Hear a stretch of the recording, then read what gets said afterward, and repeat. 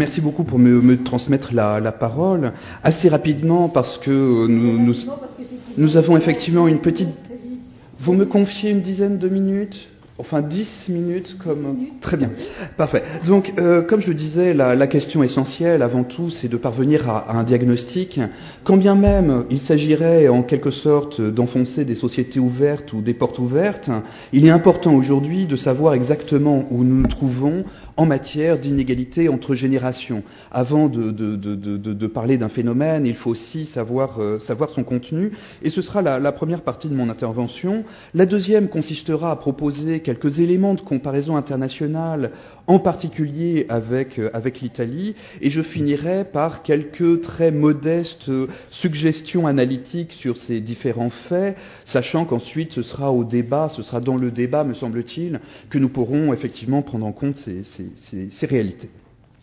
En fait, si je propose ces diagnostics, c'est qu'au cours des années et des mois récents, j'ai constaté très fréquemment tout un ensemble de dénégations à l'égard de phénomènes lourds et forts qui concernent les nouvelles générations en France, nouvelles générations ayant une acception relativement large. Il s'agit effectivement tout à la fois de la classe d'âge des 16 à 25 ans que de la classe d'âge des 15 à 45 ans, voire légèrement au-delà. Par nouvelle génération, il faut voir le caractère extrêmement extensif du phénomène. Un premier point, la grande question, c'est que s'est-il passé au cours des 30 dernières années en termes de conditions de socialisation, autrement dit d'entrée des jeunes dans la vie active en France. En Italie, on trouverait des figures encore plus radicales. Ici, par exemple, vous avez le taux de chômage pendant les 12 mois de la transition des études vers le travail de la population de 1970 à 2005, et vous avez les différences entre femmes et hommes qui permettent de saisir l'évolution. En 1970, il y avait 6% de taux de chômage pour les hommes et 7% pour les femmes dans les 12 mois de la sortie des études, ce qui veut dire qu'il y avait à peu près une place pour tout le monde. À partir de 1985, l'année la pire ayant été 1983, à partir de 1985, on monte à 30% de taux de chômage pour les hommes et 40% pour les femmes, ce qui veut dire que pour 2 places, il existait 3 candidats, ce qui signifie que pour les nouvelles générations, les gens qui ont une petite vingtaine d'années aux alentours de 1985, autrement dit les générations nées au milieu des années 60, les conditions de socialisation basculent totalement par rapport à ce que les générations nées au début du baby-boom avaient connu. Le plein emploi des années 70 a laissé la place en quelque sorte à une forme de plein chômage à partir des années 80, et comme vous le constatez, ce n'est pas une amélioration progressive, c'est avant tout le cycle économique, avec des difficultés très fortes au milieu des années 80, une amélioration à la fin des années 80 avec les 3 petites glorieuses de Michel Rocard, une reprise économique... des difficultés économiques au moment de la première guerre du Golfe au début des années 90, une amélioration au moment du boom Internet, comme vous voyez, l'amélioration massive du boom Internet, et en 2005, ce sont les dernières données disponibles de l'enquête emploi, il se passe quand même quelque chose.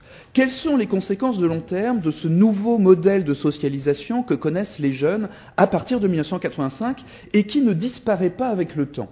La situation, c'est celle-là que, à la fin des années 70, il y avait environ 15% de décalage entre le salaire à 30 ans et le salaire à 50 ans. Au début des années 2000, ce décalage de 15% entre le salaire à 30 ans et le salaire à 50 ans passe à plus de 35%. Il culmine en 2000, il se réduit légèrement ensuite, mais la réalité est celle-là que les jeunes d'une trentaine d'années connaissent des difficultés croissantes. Le problème n'est pas simplement un problème de chômage, il n'est pas simplement un problème de niveau de salaire, il s'agit aussi d'un déclassement éducationnel massif. En réponse à ce chômage de masse, la collectivité a investi massivement dans l'étude de ces jeunes, pour partie pour leur donner de meilleures qualifications et de meilleures chances dans le monde du travail, pour partie aussi de façon à délayer dans le temps l'entrée inéluctable des jeunes dans le monde du travail en les maintenant dans d'autres activités par ailleurs. Ici, par exemple, vous avez les chances d'accès à la catégorie cadre ou profession intermédiaire avec un baccalauréat en France. En 1970, Pour les gens de 25 ans comme pour les gens de 55 ans, il y avait un taux d'accès de 60% des titulaires d'un baccalauréat, sans plus, à la catégorie cadre et profession intermédiaire. Ce qui est très intéressant depuis, c'est que chaque nouvelle génération a connu un déclin de valeur intrinsèque du titre scolaire baccalauréat, alors même que les anciens jeunes des années 70, qui deviennent les quinquas plus des années 2005, conservent la valeur intrinsèque de leur baccalauréat acquis dans les temps anciens, alors que les nouvelles générations, avec le même titre scolaire, s'ils en espèrent le même rendement, risquent de connaître quelques déconvenues. Effectivement, nous sommes en France dans un système où les jeunes bénéficient d'un accès massif à l'éducation, alors même que les places qui leur sont ouvertes à l'entrée dans la vie ne correspondent absolument plus à l'échelle de valeur des diplômes qui prévalait, voilà, une trentaine d'années. Déclin des niveaux de salaire, déclin des chances d'accès à partir d'un diplôme donné aux conditions sociales, mais en même temps une évolution du coût de la vie, notamment du coût d'entrée de la société ouverte par le logement. La porte ouverte vers le logement se trouve quand même quelque peu mise en difficulté. Ici, vous avez l'évolution du taux de salaire dans Paris intramuros au cours des 10 dernières années, plus 8%, et le prix du mètre carré, enfin l'indice des prix de plus 100%, plus 8% est différent de plus 100%. Nous avons ici avec ce graphique une excellente nouvelle pour les propriétaires, pour les gens qui se sont portés accédant à la propriété en 1980, mais c'est en même temps une nouvelle terrible pour les nouveaux jeunes qui devront travailler 2 fois plus longtemps pour obtenir le même bien au bout du compte en termes de remboursement, sauf si bien sûr ils attendent de leur famille un logement, un héritage et tout un ensemble de ressources. Malheureusement, le temps est très court, nous le savons, le temps est très court. Je n'insiste pas sur les difficultés d'ouverture de la société française à sa jeunesse, mais d'un point de vue politique, nous, comme syndical, nous trouvons tout un ensemble de phénomènes très intéressants. En 1981, par exemple, nous avions une Assemblée nationale parfaitement intergénérationnelle, avec un député de moins de 40 ans pour un député de plus de 60 ans. En 2007, pour un député de moins de 40 ans, nous avons 9 députés de plus de 60 ans, ce qui fait que les portes de l'Assemblée nationale sont ouvertes peut-être aux nombreux enfants, jeunes adultes de députés, mais certainement pas aux jeunes femmes et hommes politiques qui pourront attendre quelque temps encore que l'on redistribue les places en question.